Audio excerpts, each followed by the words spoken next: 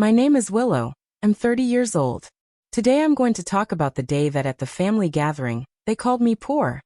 So I showed them my bank account. It's a pleasure to have you here. Stay tuned until the end, and tell me which city you're watching from. I want to know how far my story has gone. And click on like, subscribe and activate the bell so you don't miss the next stories here on the channel. I hadn't seen that side of the family in nearly 8 years. Not since my father's funeral, when they all gathered like vultures, circling around my mother and me, waiting to see what scraps we'd be left with. I was 22 then. Grieving, scared, and quietly furious. They didn't speak to me then, not really. A few awkward hugs, a couple of "you're so strong" comments that felt more like scripts than genuine words. And then they all vanished back into their polished lives. So when I got the envelope in the mail, thick cream paper with gold embossed calligraphy, I almost laughed. Bradford Family Reunion Weekend. It read, complete with a printed itinerary: golf, cocktails, brunch, and a dinner at some overpriced venue in Charleston. My first thought was to toss it straight into the trash. What could they possibly want from me now? But something stopped me. Maybe curiosity. Maybe spite.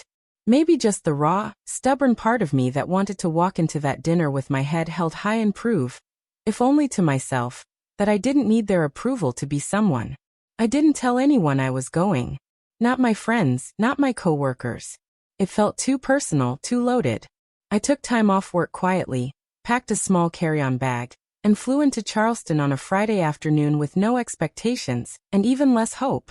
The Airbnb I rented was a modest one-bedroom in a quiet part of town. Clean, simple, nothing fancy. Just how I liked it. I didn't need much. Despite what my relatives always assumed, I wasn't broke. I worked in investment consulting, remotely, discreetly, and quite successfully. But I never flaunted it. My apartment in Atlanta was minimalist, my clothes practical, my life intentionally low-key. And to them, that probably translated to poor. Saturday evening was the main event. The family dinner at a rooftop restaurant downtown. I wore a simple black dress, did my hair in a soft bun, and called an Uber. The closer I got, the tighter the knot in my stomach pulled. I hadn't realized how much of that old pain still lived inside me. How deeply I still craved something I'd never gotten from them. Recognition. Maybe even love. The host directed me to a private section of the rooftop. I could hear the laughter before I saw the faces. The same polished smiles, the same expensive watches, the same smug glances. My cousin Danielle was the first to spot me. "Oh my God, Willow. Is that you?" I nodded, forcing a smile. "Wow, you look so different," she said, her voice high-pitched and vaguely confused. "I mean, you look good.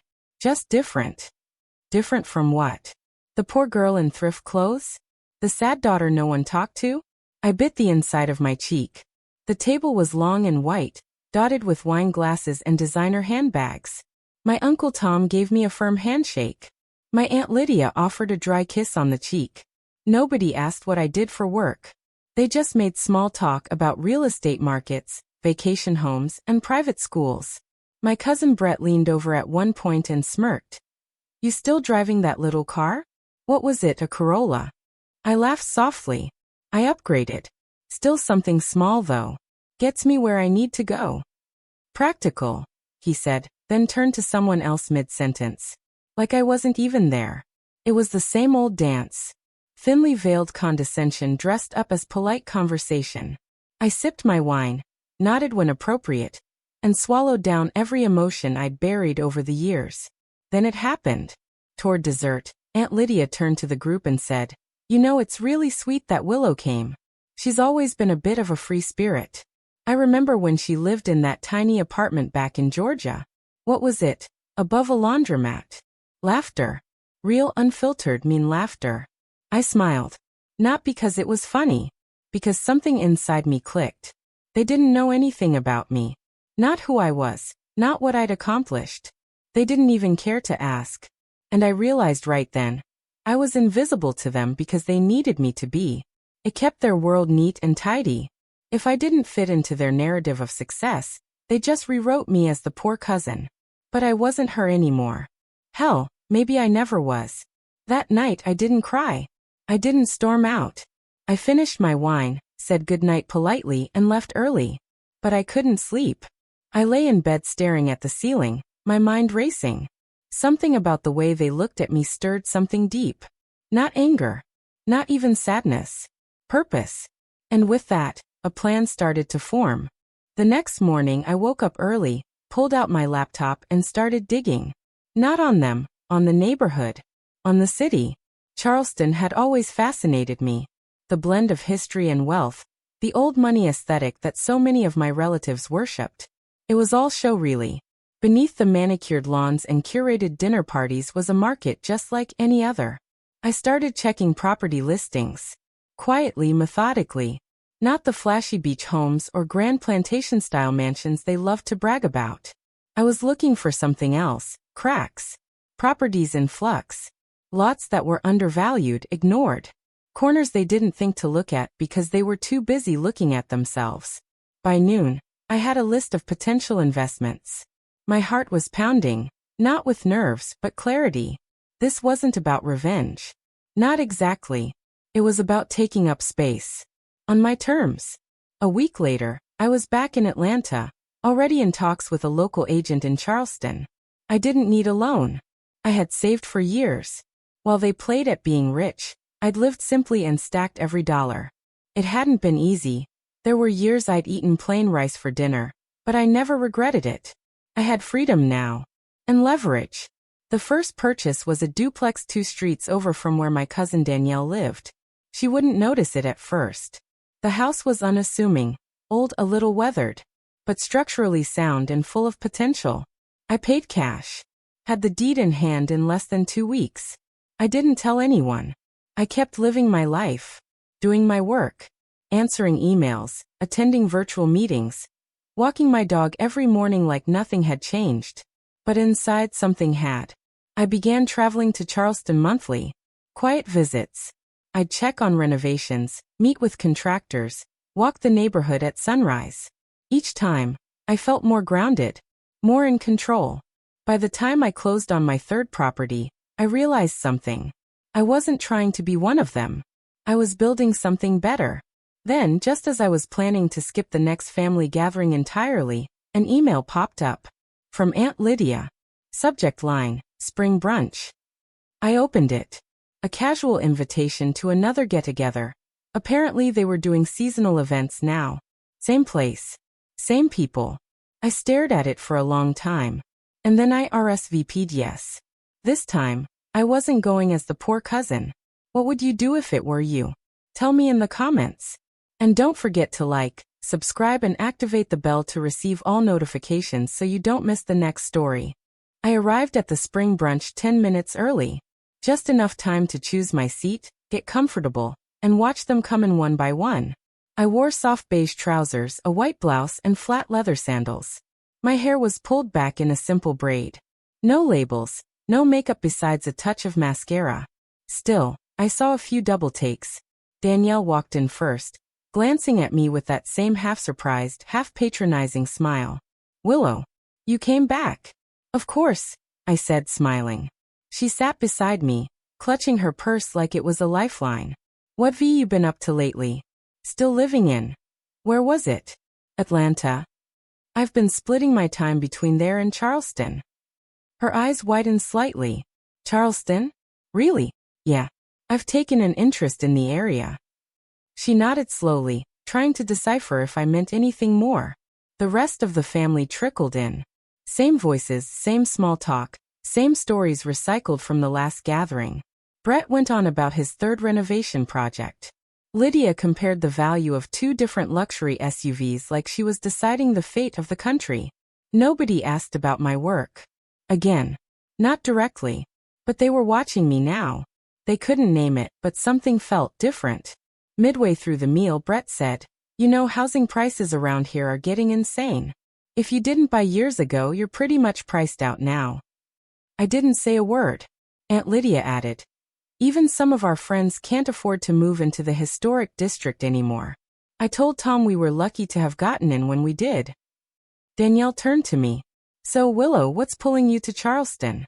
Surely not just the scenery." I sipped my mimosa. "Let's just say I've been investing." Quietly. The table paused. A small, shared look passed between them. Investing? Brett asked, squinting. Like stocks? Crypto? Real estate? Lydia gave a half smile. That's a hard market to crack. Only if you don't know where to look. No one responded, but their silence was louder than anything they could have said. After brunch, I lingered at the valet station. Danielle approached, arms crossed. So what are you really doing here, Willow? I tilted my head. Having brunch with my family. You just seem different. Not that it's a bad thing. Just unexpected. Maybe you're just seeing me clearly for the first time. She looked away. I got into my car, still modest, still clean, and drove away slowly. Around the block. Past the houses they didn't notice. Including the one I'd just purchased the previous week. A small 4-bedroom fixer-upper across the street from Aunt Lydia's. I had the keys in my glove box. That night, I reviewed my notes. 5 properties. 3 fully renovated and rented. 2 in progress. All within walking distance of my relatives. I didn't want them to know. Not yet. What mattered most was that I knew. I belonged here, not in their eyes but in mine. Still, a small part of me wondered how long it would take for one of them to find out. And when they did, what they'd do with that knowledge. I didn't have to wait long. It was Brett who found out first. Of course it was. He called me one afternoon out of nowhere. I didn't even know he had my number. Hey Willow. Got a minute? His voice was overly casual. I immediately felt my body stiffen. Sure. What's up? Just had a funny coincidence. I was walking my dog past this house on Radcliffe, one of those older ones they've been flipping, and I noticed your name on the property record. Willow Bradford, right? I didn't say anything. I didn't need to. Didn't know you were into real estate, he continued, trying to sound friendly. That's impressive. I finally spoke. I've been in the game a while. Yeah? How many you got?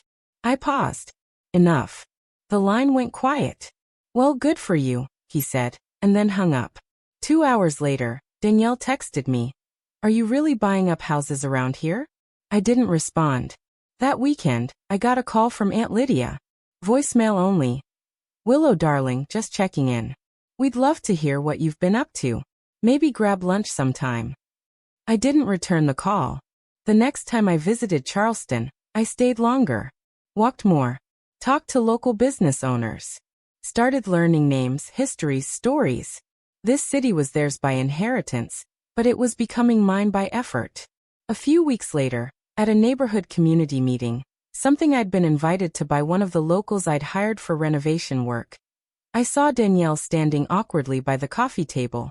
She wasn't dressed like usual. No designer shoes. Just jeans and a sweatshirt. Hey, I said. Hey, she muttered. What brings you here? Just curious, I guess. I nodded. She looked around then back at me. You really live here? Like for real? Yes, I really do. There was something behind her eyes I couldn't quite read. Jealousy? Confusion? Maybe both. It's weird, she said. You're like, part of this place. That's the idea. She didn't stay long. And when she left, I didn't feel smug. I felt steady. Rooted. Later that week, I received a letter. A real one. From my Uncle Tom. It was short. Just a note of congratulations. And a sentence that stuck with me. We clearly underestimated you. I hope you'll forgive us one day. I folded it up and tucked it in my drawer. Not because it meant something, but because it meant I didn't need it. My success wasn't for them. It never had been. But they finally saw me. And that was enough. After the letter from Uncle Tom, things got quiet.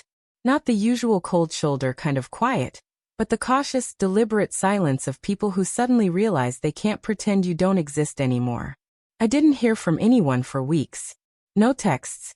No voicemails. It felt like they were regrouping, recalibrating. They weren't sure what to do with the new version of me. This Willow who didn't need anything from them, who had built something solid, invisible to their radar until it was too late to claim a stake. And I liked it. The distance gave me room to breathe. It gave me space to finally think clearly about what I wanted. My 5th property was nearly done. A duplex on a quiet street 2 blocks from where Aunt Lydia and Uncle Tom lived. I'd hired a team of local tradespeople, people who knew me by name now. Not just the investor, but Willow, the one who brought them steady work, who respected their time and their skills. I made a habit of staying at the smaller unit while the other was prepped for renters. It felt strange at first, sleeping so close to the people who once made me feel so far beneath them. But over time it felt like reclamation. One afternoon, as I walked to the corner cafe, I saw Aunt Lydia on her porch. She waved. It wasn't the fake, formal wave from before. It was smaller, hesitant, human. I nodded and kept walking. Inside the cafe, the barista Devin, who'd been saving me my usual seat for weeks, asked, "Hey Willow, you okay? You look like you just dodged a ghost." "Something like that," I said, laughing. He handed me a coffee. "Well, if you need a distraction, there's a live music night Friday. Locals only. You should come." I paused. Maybe I will. The rest of that week, I thought about what coming truly meant. I'd bought the houses, earned the respect, created a space for myself. But something was still hanging in the air, unfinished.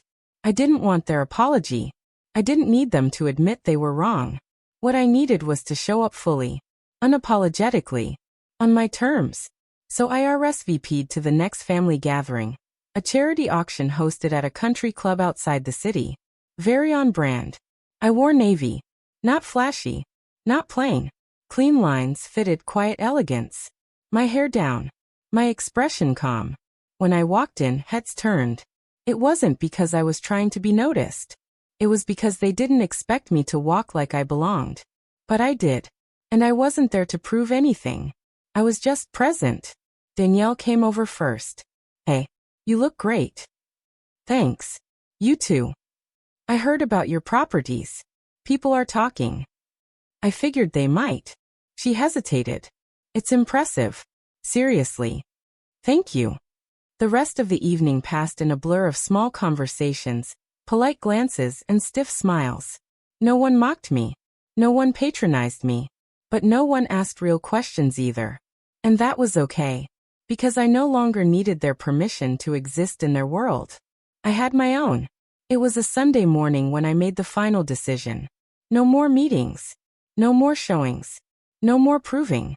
I stood in the garden behind one of my properties, the one with the ivy climbing the brick wall, and felt the stillness I'd been chasing all these years settle quietly into my chest. I had planted rosemary along the fence weeks ago. It was beginning to take. The scent rose up gently when the breeze passed. And for once, I didn't feel like I had to move or plan or scheme. I just stood there, rooted. There was no big moment. No applause. No dramatic confrontation. Instead, it came slowly in small ways. Devin invited me to speak at a local business panel about investing in the neighborhood. Not because I was flashy, but because I was consistent. I said yes. I wore jeans and a button-up shirt.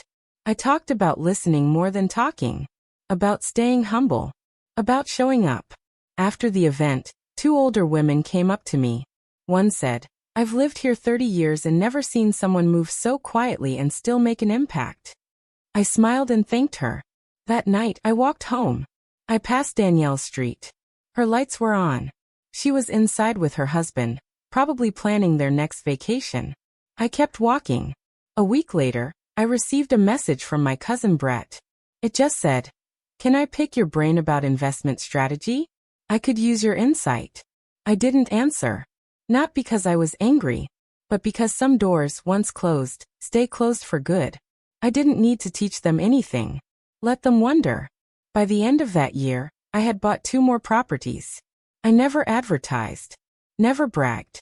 I kept showing up to the cafe, nodding at familiar faces. I started tutoring local teens on weekends, just 1 or 2 at a time. Quietly. Softly. One afternoon, as I walked past Aunt Lydia's house, she was outside watering her garden. She looked up and gave me a full smile. "Hi, Willow." "Hi. It's good to see you." "You too." She paused. "You've really made something here." "Yes, I have." She nodded once slowly like she finally understood. I kept walking. Back home, I stood by the window, watching the afternoon sun filter through the curtains. My home. My neighborhood. My rules. I didn't need revenge. I didn't need recognition. I had something better. Peace. And that, after everything, was more than enough. If you like stories like these, click like, subscribe, activate the bell, and send it to someone you think will also like it.